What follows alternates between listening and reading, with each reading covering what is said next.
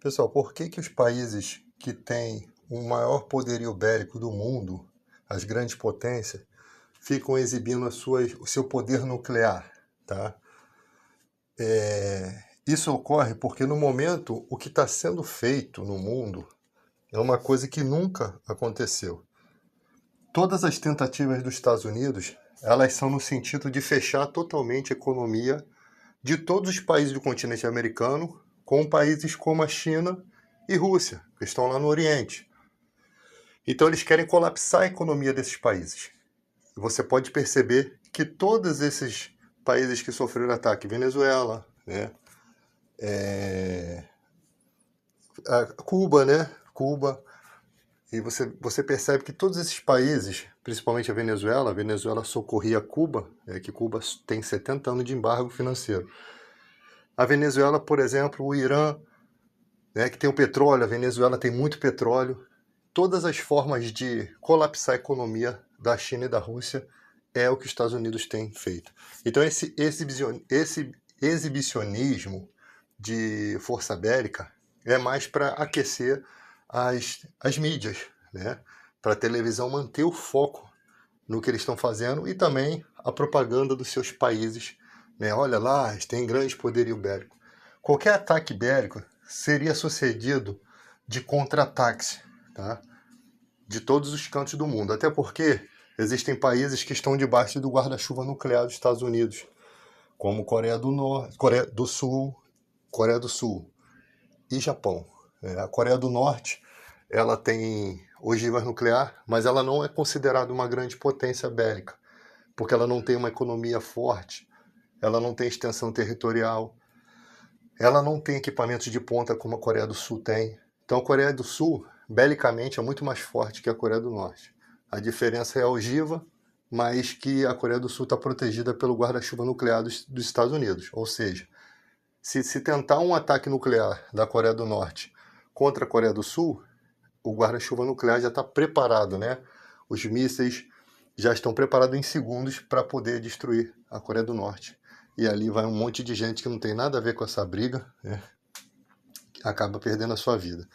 Então os objetivos são econômicos, né? De embargar totalmente o comércio com a China e com a Rússia. O Brasil, ele, por ser neutro, ele é um pouco resistente a isso. Por quê? Porque o nosso segundo maior parceiro comercial é a China. E a Rússia também é um grande parceiro comercial de produtos, como, por exemplo, os fertilizantes, né? E a China também tem muitos acordos comerciais com o Brasil. Se a gente perder esses dois parceiros, a economia do Brasil vai ter um baque muito grande e só restaria mesmo os Estados Unidos. Aí os Estados Unidos economicamente pode tarifar o quanto quiser e aí a gente aqui vai ter que se tornar autossuficiente. Nós temos estrutura para nos tornarmos autossuficientes? Talvez sim, temos aqui potencial para isso, mas a China eu acho que não deve ter. Porque a quantidade de pessoas que residem na China, qualquer guerra vai trazer um colapso geral e mesmo com toda a tecnologia, com tudo, eles têm muita boca para dar de comer lá, né? Então esse exibicionismo bélico é porque sabe que quando a China se vê nesse cenário de que não tem mais o que fazer, eles não vão querer nem tomar Taiwan porque não vão ser mais importante a tecnologia ali. Do momento que você está perdendo a sua economia, o que é a tecnologia sem ter uma economia? A economia que vai mover a tecnologia. Se você não tem parceiros econômicos, se você não tem como tirar o petróleo, da onde comprar o petróleo, se você não tem da onde vender as suas coisas, você fica praticamente estagnado, né? Estagnado no tempo. Como se os Estados Unidos estivesse fazendo com a China o que ele fez com Cuba durante 70 anos, né? Embargos econômicos. O que ele fez com a Venezuela em plena crise do petróleo, junto com o Reino Unido, embargos econômicos das reservas de dólar, né? Por isso que a China, já se ligando, começou a mudar os seus ativos de dólar para ouro, tá? E isso também já foi um baque nos Estados Unidos. Então, a China está se defendendo economicamente de algumas formas. Mas se os Estados Unidos tomar o continente americano, e eles têm força bélica, e eles têm muita força bélica que eles podem espalhar por todo o continente americano. Se ele fizer isso, possivelmente tudo que existe lá no Oriente vai ser rompido de vez com o Ocidente, né? Todas as pessoas que trabalham lá também, nas empresas chinesas, né, desenvolvendo inteligência lá, ciência, inteligência artificial, mecânica, robótica, tudo que tiver lá de laboratório, todas aquelas pessoas vão ficar longe de suas terras, do seu país de origem. E aí vai ser uma correria para as pessoas tentarem sair e voltar para sua nação, porque ele vai ficar preso lá, né? Se realmente o Oriente e o Ocidente se dividirem, vai ser a Primeira Guerra Mundial, porque as duas que tiveram nem pode contar como guerra mundial, né? Porque aqui vão estar envolvido todo o globo terrestre, todos os países vão estar envolvidos, né? E os Estados Unidos querendo liderar tudo isso. Possivelmente vai colocar pessoas para a OTAN, para poder, na OTAN, controlar essas pessoas, porque se você faz parte da OTAN, você tem um acordo bélico, mas esse acordo de parceria em conjunto militar, ele acaba fazendo com que essas economias desses países também estejam junto economicamente com os Estados Unidos, né? E aí a situação fica complicada, né? Porque nós somos neutros aqui, e o Brasil, ele tem essa política de neutralidade, vai perder muitos acordos comerciais, não vai ter o que fazer a não ser se submeter aos caprichos dos Estados Unidos. Não tem muito o que fazer. Você não pode contar aqui no Brasil com um escudo, com um guarda-chuva nuclear da China ou da Rússia. Esses países não vão entrar em guerra para ajudar o Brasil. Eles não vão entrar em guerra para ajudar o Brasil. Cada um entra em guerra para ajudar o seu próprio país. Guerra mexe com a economia, mexe com finanças, mexe com a população, mexe com uma série de coisas. Por que os Estados Unidos estão fazendo isso? Porque lá na China, os líderes da China, eles não têm empecilhos burocráticos para poder se desenvolver, né? Eles podem, quero cavar terras raras aqui, não tem indígena, não tem nada que impeça deles fazer. É um sistema comunista que realmente pode fazer o que quer porque está no governo e que não tem oposições, entende? Então isso faz com que a China consiga se desenvolver um potencial muito mais rápido, comprando pessoas que tenham capacidade de outro país para poder trabalhar lá, ganhar um bom dinheiro e ajudar no desenvolvimento daquele país, que é isso que eles fazem. Incentivo, né? Incentivo, todos os países fazem isso. Mas a China tem um capital muito grande para fazer isso e remuneração muito boa, possivelmente, né? Então, essas terras raras que eles passaram a explorar, inclusive eles divulgaram uma informação de que nos vulcões, quando o vulcão está inativo, ali tem terras raras in natura, muito fácil de explorar, muito mais fácil de explorar do que você tem que ir muito a fundo para cavar. Ali já tem ela in natura. E nessa descoberta, quando a China revela isso, teve um país que tinha muitos vulcões que acabou sendo o primeiro lugar em terras raras. Ela acabou divulgando isso.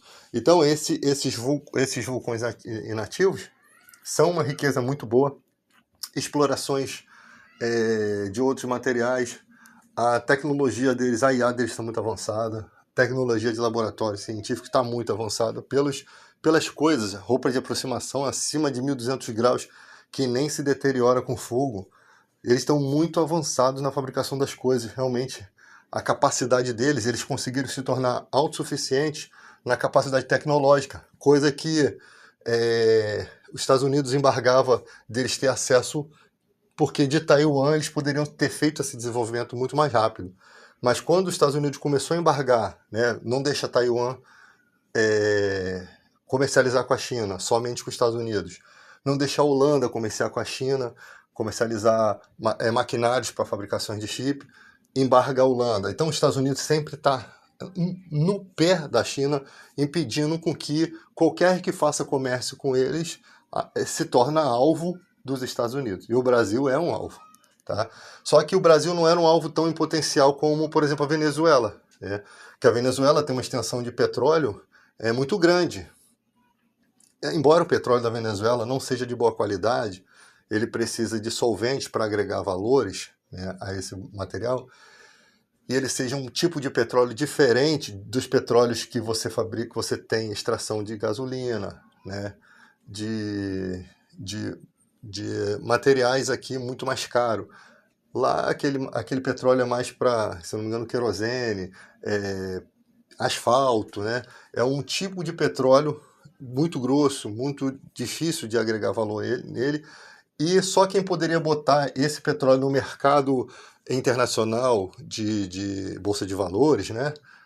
Conseguir um valor bom nele seria uma grande potência como os Estados Unidos, que já tinha lá algumas empresas lá, mas começaram a tirar os Estados Unidos de jogada, né? E quem estava se beneficiando, possivelmente com um preço muito mais camarada, era a China e a Rússia. Então os Estados Unidos foi lá e acabou com aquilo, né?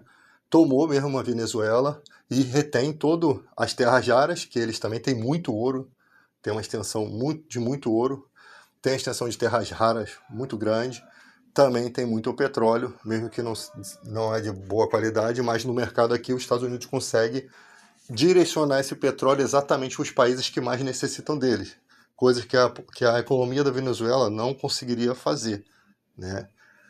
E aqui nós no Brasil, o que nós temos para nos proteger disso aí? Primeiro, a gente vai ter que começar a pensar numa economia autossuficiente, porque a China ela é autossuficiente em questões de tecnologia, mas ela não é autossuficiente no petróleo, nas coisas que ela precisa para mover essas tecnologias, né? Nem a Rússia, elas não têm autossuficiência.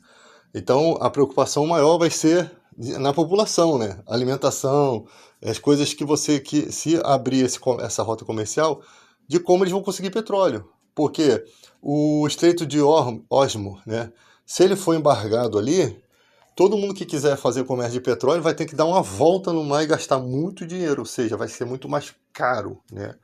E quem quiser passar por ali, possivelmente vai ser pessoas que os americanos selecionarem, né? É nessa questão que a gente está. O Brasil tem aqui a Embraer, que fabrica os caças de Gripen, em parceria com os suecos, que são os verdadeiros criadores do Gripen, né? Então o Brasil desenvolve também ogivas de munição para aeronaves, né? O Brasil tem potencial para fazer esses desenvolvimentos para a defesa, né? O caça F-39 da Gripen, ele é um avião Mach 2, voa 2.400 km por hora, duas vezes quebrando a barreira do som, né? Mach 2. É um avião de boa qualidade, os nossos pilotos são pilotos de ponta, né? São pilotos que já venceram campeonatos, inclusive aqui, venceram americanos com caças muito melhores em 2024 e alguns jogos de guerra tiveram 100% de aproveitamento em alvos, porque não basta você ter só um caça com uma velocidade muito alta, você tem que ter também mira. Então muitas vezes a pessoa tem que baixar a velocidade, né? O piloto tem que baixar a velocidade para poder fazer a mira. E aí aí que um caça que é muito menos veloz consegue, com a habilidade do piloto, vencer um combate, tá? Então, os pilotos brasileiros são realmente de ponta, mas o próprio brasileiro não conhece a estrutura do Brasil, não conhece a própria estrutura bélica do Brasil, né? Sempre eu vejo o pessoal falando muito mal, né? É porque a gente não tem aqui tivemos alguns investimentos de guerra, né? Investimentos de material bélico, mas não tanto quanto a gente necessita, né? Mas para uma potência do continente americano, nós sim somos uma grande potência em relação aos países que nos cercam, né? Mas não em relação aos Estados Unidos, lógico que não. Então não vamos desmerecer as nossas Forças Armadas, mas que precisa de agora um investimento muito maior. Mas como que faz isso se o país tem bloqueios econômicos, ou seja, não pode gastar além do que está ali proposto, né? Tem acordos para que não se gaste além. Eles vão ter que criar uma medida para que se gaste além, porque é um momento totalmente diferenciado, tá? E ao mesmo tempo estão querendo transformar a criminalidade em terrorismo somente com o objetivo dos Estados Unidos conseguir entrar aqui. E entrar aqui para fazer o quê? Para libertar o Bolsonaro? Eu não sei o que os americanos querem aqui. Boas coisas não é. Boa coisa não é.